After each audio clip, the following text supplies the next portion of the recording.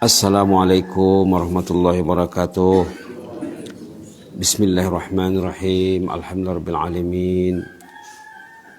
Wassalatu wassalamu ala sayyidina wa habibina wa syafi'ina maulana Muhammad wa ala alihi wa sahbihi wa sallim tasliman katsiran birahmatika arhamar rahimin. Ya arhamar rahimin, ya arhamar rahimin, irhamna birahmatikal wasi'ah. Allahumma arhamna birahmatikal wasi'ah. Allahumma arhamna birahmatikal wasi'ah. Wasi'ta kulla syai'in rahmatan wa ilma. Waghfir lil ladzina tabu wattaba'u sabilak wa qihim azabal jahim. Rabbana wa adkhilhum jannati 'adnin allati wa'adtahum wa man salaha min abaihim wa azwajihim wa dzurriyyatihim innaka antal azizul hakim. Wa qihimus sayyi'at wa man taqis sayyi'ati yawma idzin faqad rahimtah wa dzalika huwal fawzul azim. Alhamdulillah, Allah masih mengizinkan kita duduk bersama di rumahnya menyahut panggilan Allah, menyahut panggilan iman, menyahut panggilan ilmu. Orang ke masjid itu menyahut panggilan iman. Karena dalam Quran, dalam ayat tentang masjid, katanya di sana orang beriman itu mesti datang ke masjid. Berarti kita itu menyahut panggilan iman ya. Di samping menyahut panggilan azan juga. Orang tuh kalau imannya ada, imannya berfungsi, mesti dekat dengan rumah Allah. Innama ya'muru masajidallah. Yang rajin datang ke rumah Allah itulah yang beriman.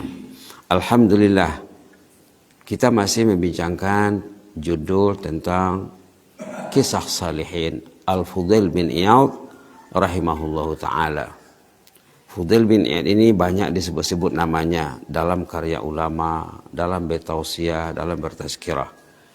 Kita kalau ingin baik mesti banyak mengetahui kisah-kisah salihin.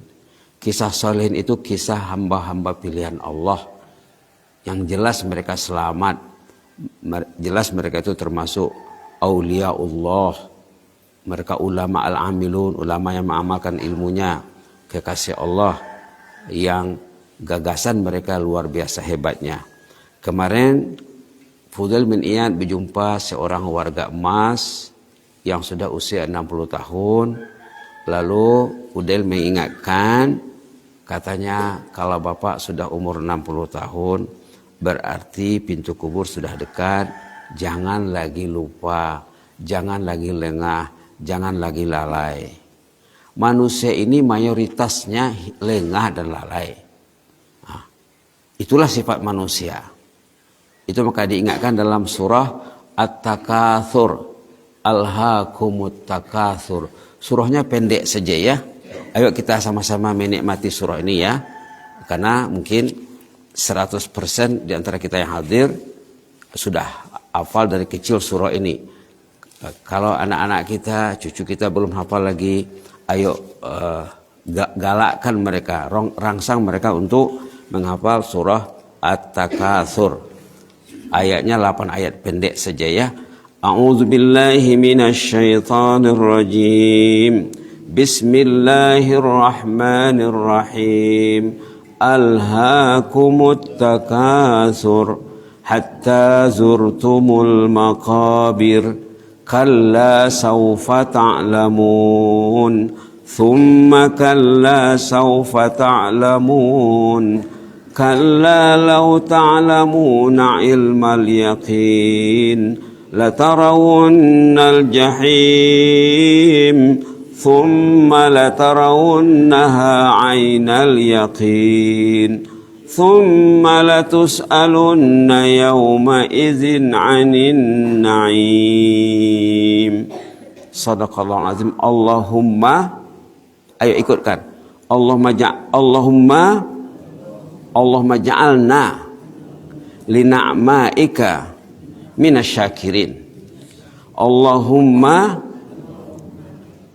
ja'alna lina'maika minasyakirin. Di penutup surah ini, sebelum kita bicara tentang awalnya, di penghujung surah ini, Tsumma latus'alunna yawma idzin 'anin na'im. kamu pasti akan ditanya tentang nikmat yang kamu terima dari Allah. Nikmat akan ditanya nanti. Lalu kita berdoa, ya Allah, jadikanlah kami ini semuanya orang yang mensyukuri nikmat-Mu ya Allah. Allahumma ja'alna li na'maika minasyakirin. Ya Allah, jadikanlah kami ini semuanya penduduk kampung ini, penghuni masjid ini, pengunjung masjid ini, jemaah salat subuh ini yang mensyukuri nikmat-Mu ya Allah. Baik. Jadi cerita warga emas tadi orangnya agak lalai. Tapi bukan lalai sepenuhnya ya. Agak lalai. Bila diperingatkan, peringatan tadi mengena. Dapotania. Masuk turuania. Bila diingatkan, inna lillahi wa inna ilaihi raji'un. Artinya, faham dia. Betullah katanya. Kubur sudah dekat. Kita ini semua milik Allah dan kita akan kembali kepada Allah. Itu maksudnya ya. Lalu ditanya oleh Fudail, apa maksud innalillah? Kemudian Fudail rahimahullah menerangkan, innalillah itu maksudnya tiba saatnya kita akan mati, lalu kita akan menghadap Allah. Nanti Allah akan menanya perjalanan hidup. Tsumma la tus'alunna yauma idzin 'anin na'im. Kamu akan ditanya tentang perjalanan hidupmu. Berapa tahun usianya? Waktu muda dia bikin apa? Di mana dia sekolah dasar dulu, sekolah rendah di mana? Sekolah menengahnya di mana? Waktu usia remaja pertamanya apa yang dia bikin? Macam mana ayah dan ibu mendidiknya? Itu akan ditanya nanti. Subhanallah. Lalu orang tadi tandanya dia faham, dia mencari penyelesaian. Tahu dia dirinya lengah dan lalai. Lalu dia bilang, kalau gitu macam mana lagi ya? Macam mana lagi? Apa jalan keluarnya? Kata Fudail bin Iyad rahimahullah, jalan keluarnya senang saja. Yang penting Bapak mesti memperhatikan lembaran hidup. Lembaran hidup yang lalu itu, kalau ada yang tak betul, kalau ada kesilapan yang dilakukan, bertobatlah kepada Allah, bukalah lembaran baru. Kalau Bapak dan Ibu membuka lembaran baru, lembaran lama tadi akan bersih otomatis. Itu hebatnya Allah ini ya. Orang yang ingin bertaubat sepenuh hatinya, bersih hidupnya yang lalu. Tinggal lagi besok lusanya lagi yang mau difikirkannya. Encogot aduan nih badoma. Kalau yang lewat itu udah dijamin Allah. Alasannya kemarin itulah ayat dalam surah Al-Furqan ayat 70. Illa man taba. Kalau orang itu sudah bertaubat, wa amana wa amila amalan salihah, kalau dia membuka lembaran baru dengan amal saleh, faulaika yubaddilullahu sayyi'atihim hasanat. Dosa yang lalu itu akan dipadam, akan dihapus, akan digantikan dengan pahala yang banyak. Hasanat, pahala yang banyak. Wa kana Allahu ghafurur rahima. Allah itu memang ghafur. Allah itu rahim. Ghafur menurut ulama, ghafur artinya mengampunkan dosa yang besar. Sebesar apapun dosa ibu, dosa bapak, kalau minta ampun kepada Allah, tidak ada yang besar pada sisi Allah. Allah itu ghafur. Ada juga ghafar dalam Quran. Ghafar, kata ulama maksudnya menghapus dosa yang banyak. Sebanyak manapun dosa orang itu, kalau dia minta ampun kepada Allah, Allah akan mengampuni. Subhanallah. Jadi itulah kemarin sudah dicadangkan. Kita cadangkan satu doa ya dari ayat 70 surah Furqan ini. Kita bisa lahirkan satu doa. Allahumma tub alaina wa baddil sayyiatina hasanat innaka antal ghafurur rahim. Dari ayat itu, ayat tadi diolah menjadi doa. Ya Allah, terimalah taubat kami ya Allah. Gantikanlah dosa kami yang banyak itu dengan pahala yang banyak ya Allah. Karena Allah berjanji, faulaika yubaddilullahu sayyi'atihim hasanat. Orang itu akan ditukarkan Allah dosanya dengan pahala yang banyak. Mintalah ya. Minta. Allahumma tub alaina. Allahumma tub alaina wa baddil sayyi'atina hasanat innaka antal ghafurur rahim. Allahumma tub alaina wa baddil sayyi'atina hasanat innaka antal ghafurur rahim. Allahumma tub alaina wa baddil sayyi'atina hasanat innaka antal ghafurur rahim. Ya Allah, terimalah taubat kami ini ya Allah. Kami menyesali lembaran kami yang lalu ya Allah. Banyak kelemahan, banyak kekurangan ya Allah. Banyak kelalaian, banyak kesilapan ya Allah. Terimalah taubat kami. Tukarlah dosa, tukarlah kejahatan kami dengan pahala yang banyak. Engkau maha ghafur, engkau maha rahim. Insya Allah besok akan dibawa teks doanya ya. Insya Allah. Baiklah.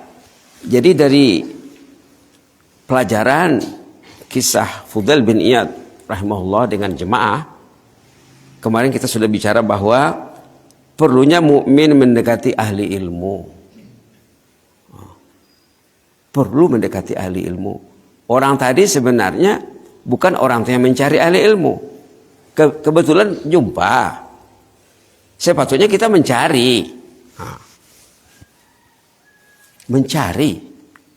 Kalau Imam Malik rahimahullah mengatakan al ilmu yu'ta wala ya'ti. Patutnya ibadah mendapatkan guru. Ijalakan guru kata Imam Malik. Al ilmu yu'ta. Patutnya dicari ilmu. Ada pengajian di Purba, ayo ke Purba. Nah, sudah dibilang kan. Kalau tidak ibu menyesal nanti. Ada pengajian di Moramais, ayo ke Moramais. Ada pengajian di sini Senin malam, Selasa. Penuhi masjid ini. Ada kuliah subuh. Imarahkan masjid ini. Oh, subhanallah. Kalau tidak nanti pasti menyesal. Karena apa? Di antara 4 pertanyaan pokok nanti dari kemudian ada tentang ilmu, Bu. Di antara 4 pertanyaan pokok nanti nomor 1 usia Anda. Berapa usia Anda? 60, 70, lebih atau kurang? Sepanjang usia Anda apa yang Anda lakukan? Itu akan ditanya, Bu. 1 tentang usia secara umum. Yang kedua tentang usia muda, usia remaja. Bak posui ya abanannya. Wan an syababi fi ma'ablah.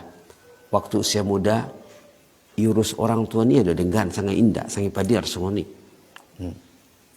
Waktu dia usia remaja adakah diurus oleh ayah dan ibunya? Tentang sholatnya, tentang ilmunya, tentang pelajarannya.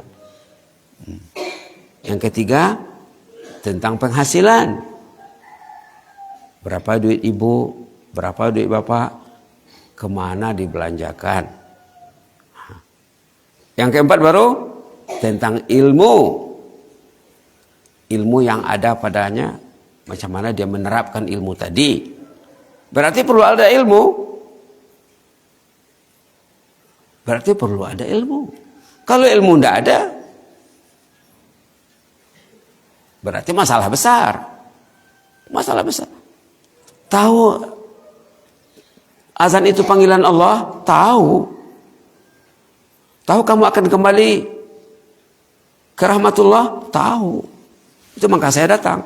Nah, dalam hadis dijamin orang yang rajin menyahut panggilan azan, hidup matinya akan selamat.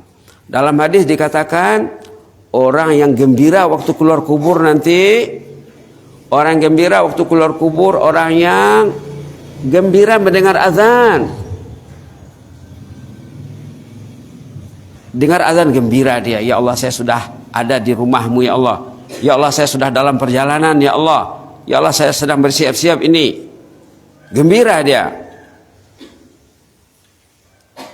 Dan sudah disebut sebelum ini juga orang yang istiqamah untuk datang salat Isya berjamaah, subuh berjamaah, suasananya di sana nanti terang. Terang. Kan sudah disebut sebelum ini ada ayat dalam suratul Hadid, ramai manusia di sana mengemis nanti dan nampak jalan, kegelapan di sana. Kegelapan. Mengemis. Kasih dong sedikit baterainya, kasih sedikit lampunya. Kasihlah sedikit. Mengemis di sana. Jangan main-main ya. Maka dikatakan dalam hadis seperti yang disebut-sebut ini, orang yang rajin datang salat subuh dan isya berjamaah, lampunya di sana nanti maksimal, paling terang. Subhanallah. Subhanallah. Begitulah ya. Jadi kita perlu menambah. Jadi bukan umpamanya datang salat berjamaah dapat pahala 25 derajat, 20 derajat. Bukan itu saja tujuannya, Bu. Kalau kita bicara mungkin lebih 50, 60, lebih 100 fadilah datang sembahyang subuh berjamaah. Subhanallah. Itu maka Rasulullah SAW pernah berlaku sesudah subuh Nabi Muhammad bangkit, bangun, menanya orang yang tak datang. Karena yang datang tidak usah ditanya kan. Fulan bin Fulan datang tadi enggak? Disebut namanya satu persatu. Dipanggil namanya. Kata sahabat, enggak ada ya Rasulullah. Tanya lagi, Fulan bin Fulan ada enggak? Enggak ada ya Rasulullah. Nah, kata Rasulullah apa lagi? Sebagai kesimpulannya, orang yang ada penyakit nun fa alif qaf di hatinya, itu susah mau datang ke masjid, kata Rasulullah. Ini yang perlu kita kikis. Nun fa alif qaf. Apa itu? Nah, karena belajarlah. Kalau orang mukmin dalam masjid seperti ikan dalam air, alamnya di situ, dunianya di situ. Subhanallah, subhanallah. Nanti suruh anak tengok di internet ya, 50 tanda-tanda munafik. Banyak di sana Bu bahannya. 30 tanda munafik. Lihatlah, satu di antaranya malas sholat berjamaah. La ilaha illallah. La ilaha illallah. Baiklah ya. Jadi kita perlu kongsi ilmu, sharing ilmu dengan Fudail bin Iyad, dengan jemaah Fudail bin Iyad. Ini poin nomor 1 kita sudah bicara kemarin, bahwa kita perlu al-ilmu nafi' namanya. Ilmu yang bermanfaat. Kalau ibu lihat nanti nota ini pulang ke rumah ada di sini. Apa itu ilmu yang bermanfaat? Ini dibuat oleh Imam Ghazali. Ilmu yang bermanfaat katanya yang menambah rasa takut kepada Allah. Rasa takutnya bertambah, meningkat. Bukan susut ya. Bukan susut dan surut. Maju dan berkembang rasa takutnya kepada Allah. Yang kedua, merangsang Anda mengetahui kelemahan diri Anda. Ini kata Imam Ghazali, rumusan dibuat oleh Imam Ghazali. Ilmu yang bermanfaat, ilmu yang membuat orang itu semakin takut kepada Allah. Datang dia subuh, takut. Takutnya meningkat, takut yang positif ya. Yang kedua, ilmu yang merangsang orang itu mengetahui kelemahan dirinya. Kita ini masing-masing banyak kelemahan. Yang sempurna Rasulullah saja ya. Rasulullah SAW. Orang yang diberi ilmu manfaat dia mempelajari kelemahan dirinya. Nah, kata ulama, kalau bisa, kalau boleh, ambil kertas, ambil pensil, tuliskan satu-satu kekurangan diri kita. Kalau serius, ambil kertas, ambil pena, tulis 1, 2, 3, 4, 5, 6, 7, 8, 9, 10. 10 contohnya. Kekurangan diri. Kekurangan diriku itu juga kekurangan suamiku. Kekurangan diriku itu juga kekurangan istriku. Kekurangan diriku, anak-anakku juga. Jadi kita bincang di rumah. Kita berbincang di rumah dengan anak-anak. Macam mana nomor 1 ini? Bisakah baca Quran 1 juz 1 hari, 10 juz, setengah juz 1 hari contohnya? Seharusnya bisa. Seharusnya bisa. Kalau tidak bisa, berusahalah. Tidak dapat setengah juz, tidak dapat 1 juz, setengah juz. Tidak dapat juga satu lembar, 2 halaman. Tidak dapat juga 1 halaman. Tidak dipegang Quran, itu sudah kelemahan yang besar. Macam mana mencintai Allah? Kitabullah tidak dicintai, itu sudah kelemahan yang besar. Oh, kelemahan saya nomor 1, susah mau baca Quran. Maka Al-Imam Hasan Basri rahimahullah, ada 3 kayu ukur, ada 3 barometer nak mengukur orang itu betul atau tidak perjalanan hatinya, kata Imam Hasan Basri. Ada 3 kayu ukur, kata orang seberang, kata orang sini barometer ya. Ada 3 tolak ukur ingin mengetahui betul tidak hatiku ini. Kata Imam Hasan Basri, pertama membaca Quran. Baca Quran. Enak nak baca Quran itu? Kalau enak, alhamdulillah, artinya hatinya berada pada level, pada tahap yang baik. Yang kedua katanya zikrullah. Bagi ibu yang tidak sholat, kebetulan dia tidak sholat ya, dia uzur, tukar dengan zikir. Tukar dengan zikir, istighfar, selawat, tasbih, tahlil, la ilaha illallah, la ilaha illallah, dan lain-lain. Zikir. Yang ketiga, as-salah, salat. Saat kita salat macam mana? Kata Rasulullah SAW, baginda Rasulullah SAW menyuruh Bilal azan, bukan katanya azanlah, bukan begitu. Rasulullah menyuruh muadzin Bilal menyuruh azan. Azan mana bu? Bukan sunni. Arihna biha. Arihna biha. Artinya azanlah, nanti kita akan solat sesudah azan dan kita akan menikmati kebahagiaan dalam solat. Subhanallah. Ini perlu belajar bu ya. Jadi kata Imam Hasan Basri rahimahullah, 3 kaedah nak mengukur hati kita ini. Kita ini perjalanannya perjalanan hati bu. Kita berjalani hati yang berjalan. Badannya disengengu, hatinya menjelajah, mencari Allah sampai kepada tahap mahabbatullah, cinta Allah. Perjalanan hati itu kalau betul katanya, kaedah mengukurnya 3 kata Imam Hasan Basri: Al-Quran, zikir, dan salat. Subhanallah. Dah bercampur dengan gagasan Imam Hasan Basri rahimahullah. Yang ketiga, tanda ilmu bermanfaat, merangsang Anda mendalami ibadat yang dilakukan. Makin baik solatnya, dia belajar membaiki solatnya, belajar. Kalau orang itu puas dengan solat yang ada, itu tidak betul. Kita puas dengan yang ada, tapi kita berusaha meningkatkannya. Kalau boleh kualitas dan kuantitasnya. Kualitas contohnya ya, kualitasnya mesti semakin baik, Ilmu yang bermanfaat, ilmu yang merangsang orang itu memperbaiki ibadatnya kepada Allah. Tilawah Qur'annya, salatnya, salat fardu, salat sunat, dan lain-lain.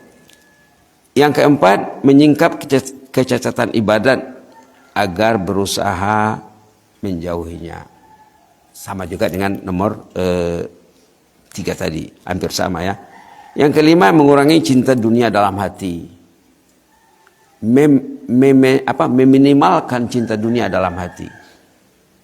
Cinta rumah ya perlulah, tapi rumah itu diisi dengan kalamullah, diisi dengan Al-Quran. Cinta kendaraan, perlu kendaraan. Kendaraan dibawa untuk melaksanakan ketaatan kepada Allah. Yang keenam, memupuk cinta akhirat. Cinta dunia semakin, kalau boleh ya, semakin dikurangi, cinta akhiratnya semakin meningkat. Itu kata Imam Ghazali. Yang keenam, ilmu yang merangsang kita mengetahui tipu muslihat syaitan. Setan kata orang ya. Setan itu bekerja 24 jam. Di rumah, di masjid, di mana-mana dia kerja. Jadi kita mesti tahu gelagat syaitan, jejak langkah syaitan, kaedah-kaedah syaitan memperdaya manusia dalam ibadat dan di luar ibadat. Itu kata Imam Ghazali ya. Ada 7, nanti ibu lihat kertas yang diagihkan kemarin, yang diberi kemarin, ada di bawah itu ilmu yang bermanfaat sangat perlu bagi bekalan orang mukmin. Subhanallah. Kita lihat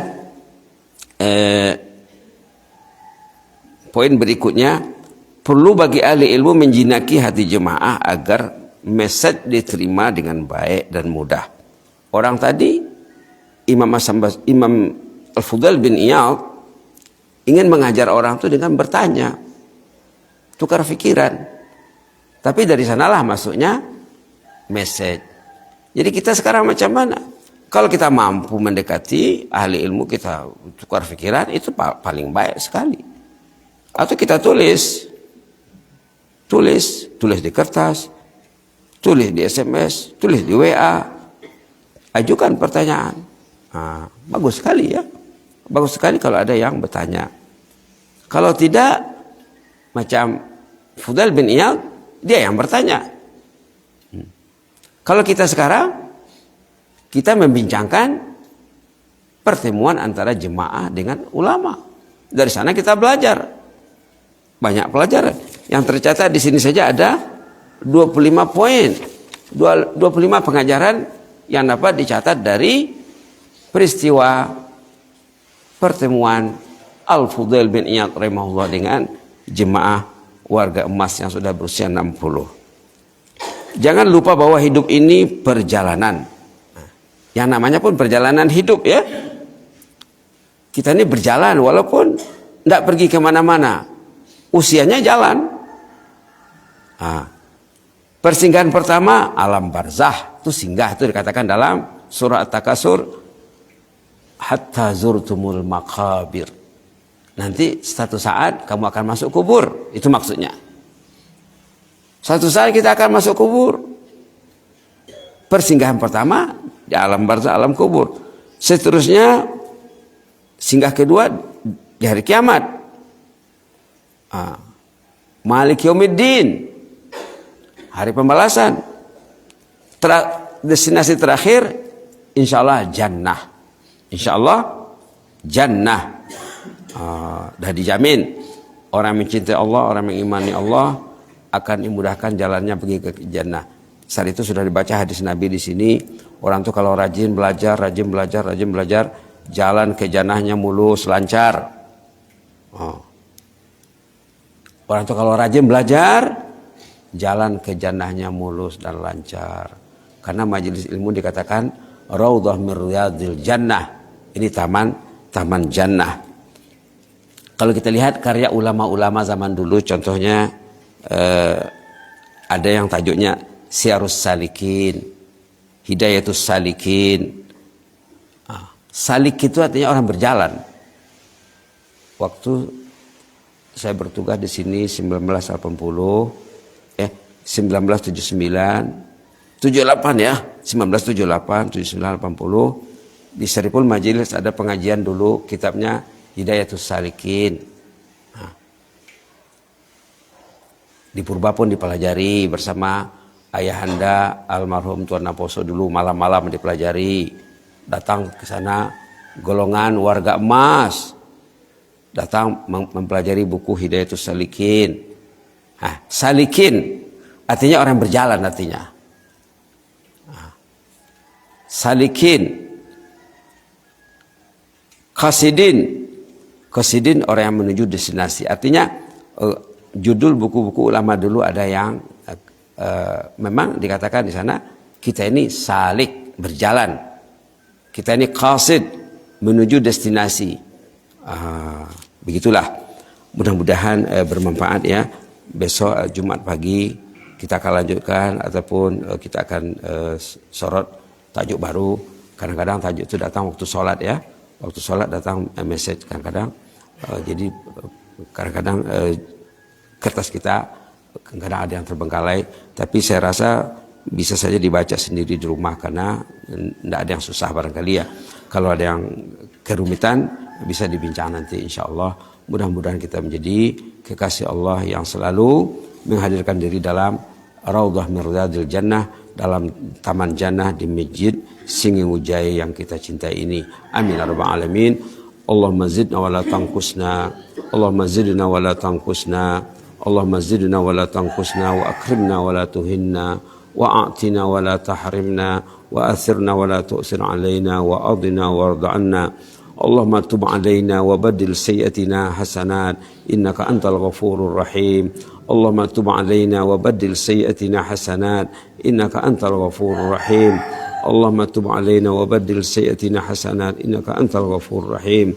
Allahumma inna na'udzu biridhaka min sakhatik wa bimu'afatika min 'uqubatik wa na'udzu bika minka la nuhsi sanan 'alaika anta kama asnaita 'ala nafsik.